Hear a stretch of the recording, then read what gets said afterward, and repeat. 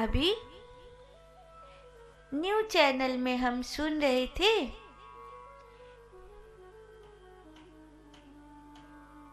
बहुत सस्ती राजनीति करते हुए गरीब भोली भाली जनता का वोट अपने नाम करवाने के लिए कि देखो मैं कितना दलितों का और सुजूल कास्ट का और उनका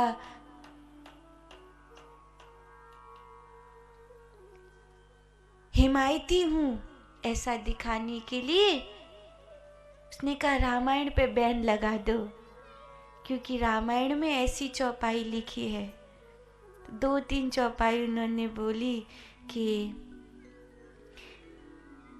पूजिए विप्र सकल गुणहीना, पूजिए न शूद्र गुणगण वेद प्रवीणा।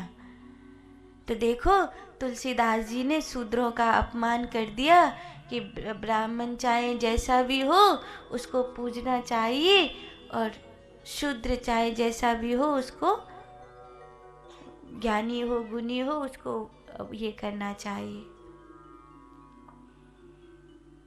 ये बहुत घटिया राजनीति है। उस राजनेता को ये नहीं पता कि इस चौपाई का वास्तविक अर्थ क्या है। गोस्वामी तुलसीदास जी जिस समय चौपाई लिख रहे हैं उस समय मुगलों ने धरती को घेर रखा था, भारत को घेर रखा था। और भारत में मुगल शासकों ने संतों का, हिंदू धर्मावलंबियों का, सनातनियों का जीना मुश्किल कर दिया था। ऐसे ऐसे म्लेच्छ शासक थे जो अपने वजन के बराबर हिंदुओं का जनेऊ उतरवाते थे। कितने लोगों का मतलब कन्वर्जन करते थे, कितने लोगों का धर्म परिवर्तन कराते थे। लाखों लाखों लोग उस समय धर्म परिवर्तन कर रहे थे। नहीं तो आते कहां से? जब सबसे पहले म्लेच्छों ने भारत पर आक्रमण किया तो इतिहास कहता है, अभी सुप्रीम कोर्ट में मुकदमा भी है, 2-2.5 हजार म्लेच्छ थे बाबर और ये लोग। इनके साथ कोई स्त्री भी नहीं आई थी। और अभी भारत में करोड़ों म्लेच्छ हैं, कहां से आ गए? इन लोग हिंदुओं की स्त्रियों का जो शोषण किए थे उससे उनकी औलाद पैदा हुई, और जो इन्होंने धर्म परिवर्तन कराया था वो लोग हुए। तो जिन लोग का धर्म परिवर्तन कराया था, खुद जो कट्टर वो है ना जेहादी, वो लोग खुद कहते हैं कि उनकी पहली पीढ़ी हिंदू थी। तो कन्वर्ट हुए ना तभी तो। और हुए क्या? जबरदस्ती कराए गए। तो जिस समय तुलसीदास जी ये चौपाई लिख रहे थे उस समय तो भारत म्लेच्छों से घिर गया था। संतों भक्तों को तो उस समय मतलब बहुत ज्यादा दब के जीना पड़ रहा था। उस समय ऐसी कोई बात ही नहीं थी कि कौन शूद्र है कौन ब्राह्मण है। उस समय तो हर एक अपने आप को हिंदू ही कहता था, दबी जबान में कहता था पर अपने आप को हिंदू ही कहता था। तो जो अभी पहले बिहार का शिक्षा मंत्री उसने बोल दिया, अभी एक यूपी का ही मंत्री है, आपने सुना होगा, हाँ उसने बोल दिया। नाम कमाने के लिए इस बहाने हाईलाइट हो गया, सब कोई जान गए, नहीं तो कौन जानता 2 कौड़ी का आदमी था। नाम कमाने के लिए भोले भाले लोगों को वास्तविक अर्थ नहीं पता, इसीलिए जब कवित्त का निर्माण होता है तो उसमें मात्राओं की गिनती होती है। गोस्वामी श्री तुलसीदास जी ने 32 मात्राओं से कवित्त का निर्माण किया है, चौपाई का निर्माण किया है। आप दुनिया के किसी भी राग में बाबा तुलसीदास जी की चौपाई गाइए, कोई शब्द कभी नहीं कटेगा, क्योंकि वो 32 मात्रा ही हैं हर एक चौपाई में। वो कटी ही नहीं सकती। आप कोई भी धुन ले लीजिए, कोई भी राग ले लीजिए, तो गोस्वामी तुलसीदास जी की चौपाई कभी नहीं कटेगी, क्योंकि उसमें मात्रा का बहुत ध्यान रखा गया है। 32 मात्राओं से अलग आगे पीछे उसमें किया ही नहीं गया। ऐसा नहीं है कि काफिया मिला दिया मात्रा छोड़ दी। अगर केवल काफिया मिला दिया होता, मात्रा छोड़ दी होती, तो कुछ राग में आप चौपाई गा लेते, कुछ में नहीं गा पाते। लेकिन गोस्वामी श्री तुलसीदास जी को माँ सरस्वती का वरदान था कि उनकी एक भी चौपाई में मात्राओं की गिनती इधर उधर नहीं हुई है, इसीलिए किसी भी राग में उन चौपाइयों को गाया जा सकता है। तो जब वो उस व्याख्या को कहना चाह रहे हैं कि ब्रह्म ज्ञानियों की 3 अवस्था होती हैं। एक, ब्रह्म ज्ञानी को अपनी ज्योति प्राप्त हुई। आज यही बात दोपहर में न्यूज चैनल पर जब इंटरव्यू जा रहा था तो मैंने कहा था, लेकिन थोड़े शब्दों में कहा था।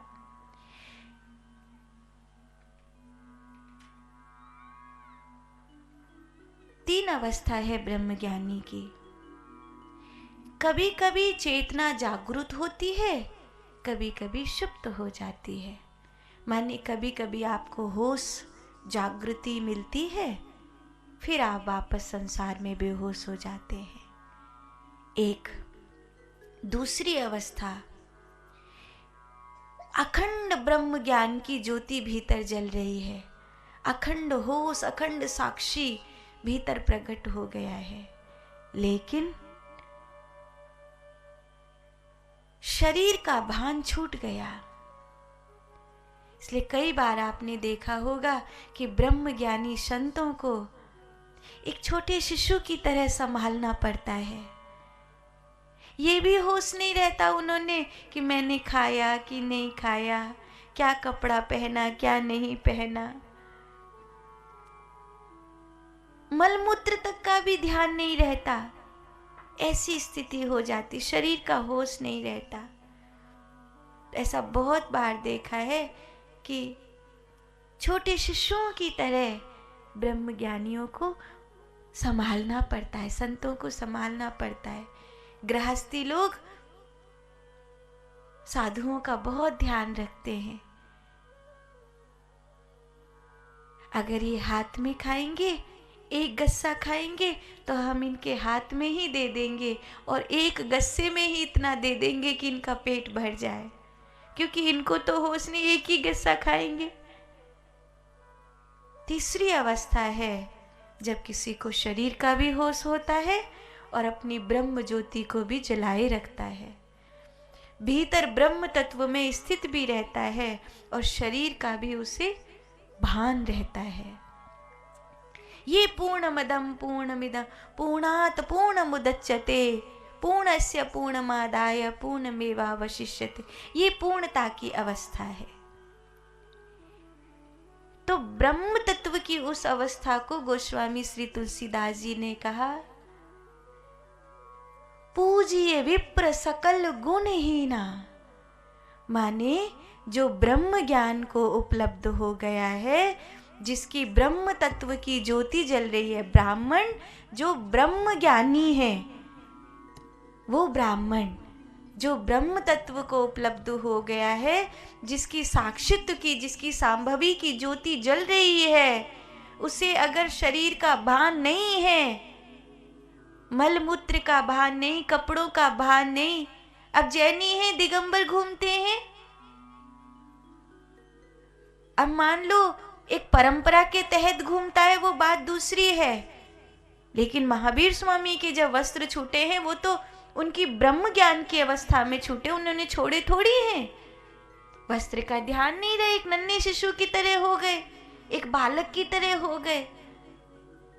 भोजन आदि का ध्यान नहीं है, शरीर की छोटी छोटी क्रियाओं का ध्यान नहीं है। बाल बहुत बढ़ गए तो अपने बाल राख भर के नोच लिए, जिसे आज भी केस लुंच की परंपरा जैनियों में चली आ रही है।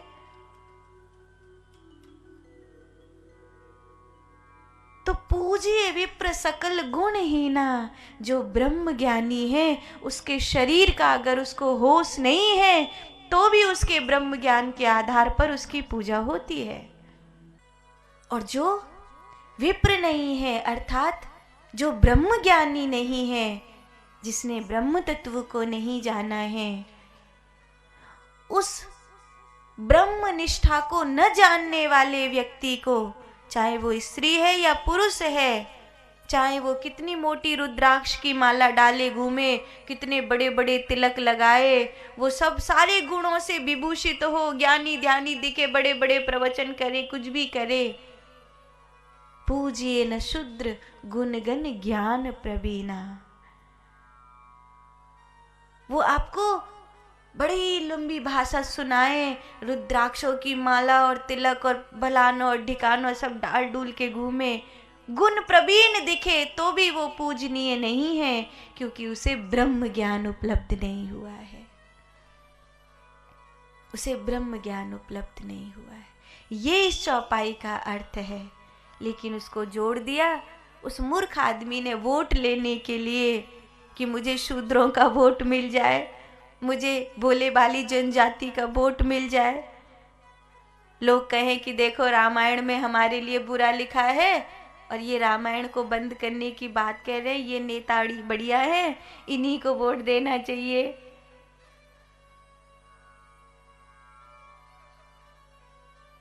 बड़ी घटिया राजनीति है ये।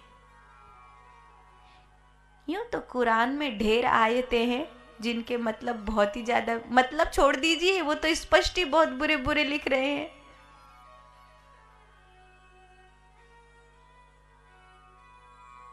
राबिया सूफी संत हुई राबिया, उसने तो कुरान में से काफिर शब्द ही काट दिया था। तो हसन ने कहा, राबिया कुरान में कलम चलाना अपराध है, क्यों काट दिया तूने ये शब्द? तो राबिया कहती, जिस दिन खुदा को पाया उस दिन कोई काफिर दिखाई नहीं। जिस दिन खुदा से मिली काफिर दिखना ही बंद हो गया, इसीलिए मैंने इसमें से काफिर शब्द हटा दिया। हसन रोते रोते कहते थे, मालिक द्वार खोल, अरे परवरदिगार द्वार खोल, मेरे मालिक द्वार खोल। तो राबिया हंसते हुए बोली, हसन अपनी आंख खोल, मालिक ने द्वार बनाया ही नहीं है, अपनी आंख खोल।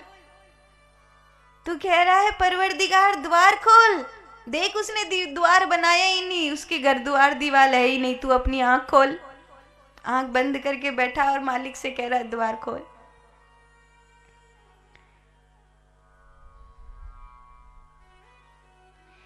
ऐसे ही रामायण की प्रत्येक चौपाई का अर्थ है। ये जो दोनों तीनों चौपाई हैं जो उस मूर्ख नेता ने न जानने के कारण बोली हैं, इन सब का एक चौपाई कहा, अधम ते अधम अधम अति नारी, सबरी के लिए कहा है। ये भाव है उसका। सूरदास जी कहते कि मैं पतितन को सरदार, मौसम कौन कुटिल खल कामी, मेरे समान कौन कुटिल खल कामी होगा। ये भाव है एक जीव का कि जन्मों जन्मों से मैं भटक रहा हूं, ये मेरा मन जन्मों जन्मों से भटक रहा है। ये नीचाई नहीं है, ये उसकी ऊंचाई है। उसने अपनी बुराइयों को स्वीकार कर लिया। ढोल गवार शूद्र पशु नारी, सकल ताड़ना के अधिकारी। कई हिंदू लोग भी इस पर तंज कसते हैं कि देखो तुलसी बाबा ने नारियों से दुखी होकर ऐसी चौपाई लिखी होगी।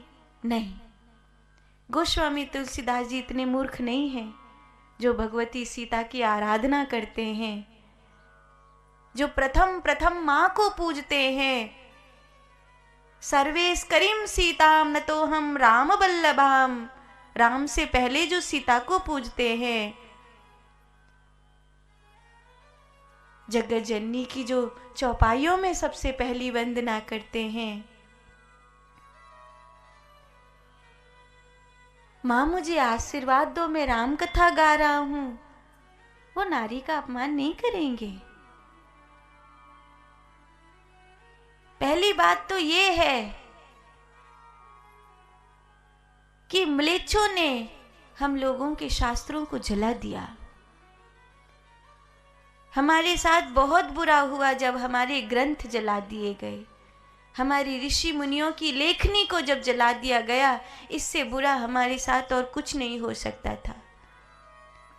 चाहे वो कश्मीर में हो, तक्षशिला में हो, जब हमारी ऋषियों की लेखनी को जलाया गया, उसी समय हमारा सब कुछ खत्म हो गया। उसके बाद जब गद्दी पर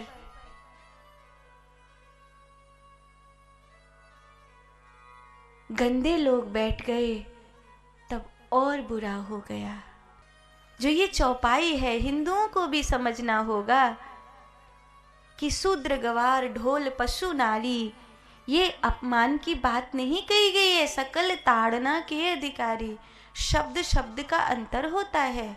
जो ताड़न शब्द है, ताड़न का एक अर्थ देखना होता है, ताड़न का एक अर्थ रखवाली होती है, ताड़न का एक अर्थ पीटना होता है, ताड़न का एक अर्थ प्रताड़ना देना भी होता है। ताड़न के कई अर्थ होते हैं। चूंकि उनको 32 मात्राओं में ही चौपाई पूरी करनी है, इसलिए एक ही शब्द में उनको पूरी बात कहनी है। इसीलिए उन्होंने इन 3-4 चीज़ों को एक शब्द से जोड़ दिया। अब जैसे कोई कहे लिंग, तो लिंग माने जननेंद्रिय भी है, लिंग माने चिन्ह भी है, लिंग माने अस्तित्व भी है, बहुत सारी चीजें हैं। तो जब यहाँ कहा है ढोल गवार शूद्र पशु नारी, तो एक एक के लिए अलग अलग अर्थ निकालना होगा। उसकी रखवाली करनी चाहिए, उसको देखते रहना चाहिए। आप अपने पशु को देखते नहीं रहेंगे, वो कैसे जिएगा? आप नारी की रखवाली नहीं करेंगे, वो कैसे जिएगी? जैसे एक स्त्री शिशु की रखवाली करती है, ऐसे एक पुरुष अपनी स्त्री की रखवाली करता है, चाहे बहन के रूप में, माँ के रूप में, पत्नी के रूप में, बेटी के रूप में, उसकी रखवाली करता है। अपने प्राण देकर भी उसकी सम्मान की रक्षा करता है, उसकी इज्जत की रक्षा करता है। यही उसकी वीरता है कि किसी की मजाल मेरी बहन की ओर टेढ़ी नजर कर दे, मेरी माँ की ओर, मेरी पत्नी की ओर, मेरी बेटी की ओर देखने की हिम्मत कैसे हुई तेरी? मैं तुझे जान से मार दूंगा। यही उसका ताड़ना, ये वो ताड़ता रहता है उसे, देखते रहता है उसे, रखवाली करता है उसकी। ये ताड़न है। अगर ये ताड़ना पुरुष छोड़ देगा, तो अपनी माँ की, अपनी बेटी की, अपनी बहन की, अपनी पत्नी की किस प्रकार रखवाली करेगा? और जिस समय तुलसीदास जी ये बात कह रहे हैं, उस समय तो म्लेच्छ लड़कियों को, स्त्रियों को उठा के ले जाते थे। इसलिए तो हिंदू लोगों ने अपनी बच्चियों को पढ़ाना बंद कर दिया था, घर से निकलना बंद कर दिया था, घूमट इतने लंबे लंबे मरवाने शुरू कर दिए थे, बचपन में ही शादी कर देते थे। पता नहीं कब किसको कौन उठा ले जाएगा। एक एक के हरम में 50-50, 200-200 स्त्रियां रहा करती थी। कहां से आती थी वो हरम कहां से बनते थे? आज भी आगरा में मीना बाजार लगता है, वो बाजार था जिसमें स्त्रियां बिकती थी। ऐसी दुर्दशा थी। आज भी अरब देशों में देख लीजिए, भारत की कई आदिवासी लड़कियां किडनैप होकर जाती हैं यहां से, और अरब देशों के उन लोगों के भोग की वस्तुएं बनती हैं। एक एक के 200-200 हैं। अनंत भोगी हैं वो लोग। भारत में ये लड़कियों को न पढ़ाना, लंबा घूमट मरवाना, ये बचपन में ही शादी कर देना, ये उसी समय तो शुरू हुआ। तो ये ताड़न जरूरी था। तुलसीदास जी ने यूं ही नहीं लिखा कि उन्हें ताड़ते रहो, नहीं देखोगे तो कैसे रखवाली करोगे अपनी बहन की, बेटी की, गांव की लड़की की कैसे रखवाली करोगे। तो ये अपमान के लिए चौपाई नहीं कही गई है। ढोल को पीटोगे नहीं, आवाज कैसे आएगी, उसमें तो ताकत लगानी पड़ेगी तुम्हें।